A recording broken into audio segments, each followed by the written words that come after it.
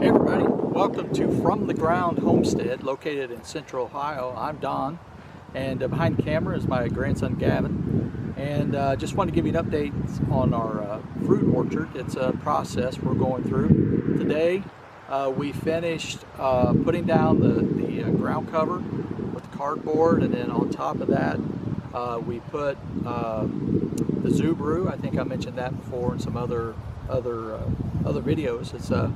It's manure from the zoo, basically, zoo brew. And so we put that down on top of that, which is just going to provide a way to keep the ground cover on to kill the grass, and then provide nutrients to the ground. So here's an example of one of our, this is the pear tree we put in there. And you'll notice that the bark is a little bit darker right there. That's because we've got some bone sauce from Billy Bonds over at Perm Pastures Farms on his YouTube channel. I'll link it below, and I'll link the bone sauce. And this is the smallest one they have, but this is all we needed. We had about 12 trees, Gavin, I think.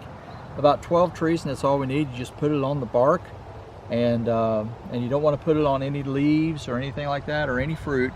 You just put it on the bark, and it's supposed to keep the deer away. It comes highly recommended, and a lot of people have used it and gave the testimony of it. So let me give you a good shot there. All right, so our plan is for the rest of the winter is just to let this sit, and then come spring we're going to take some strawberry plants and plant into this, and then also go and connect the rest of these sections. We'll create rows, and then do the same thing for the land in between it.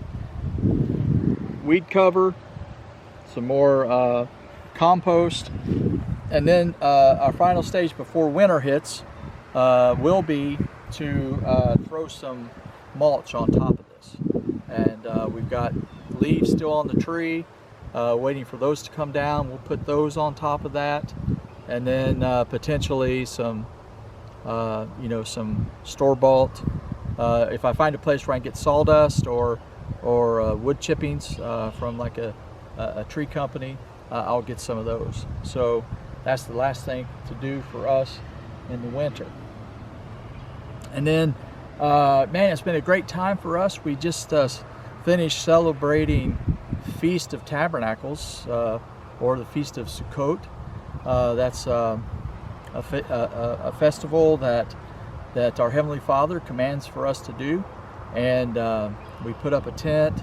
We had that on our deck, and then also had great times sitting outside, and even during some of the work week I would be outside, just being outside in a tent to remind us of what our forefathers did as they were leaving Egypt.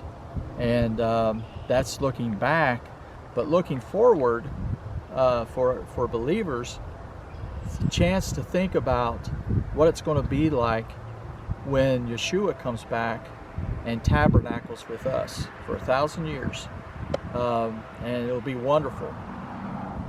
And so it's very prophetic.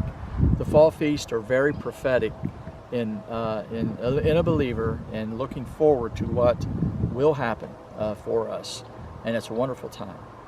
And so we just finished all that up. And then also in the description, I'm going to put a link into Gavin's channel.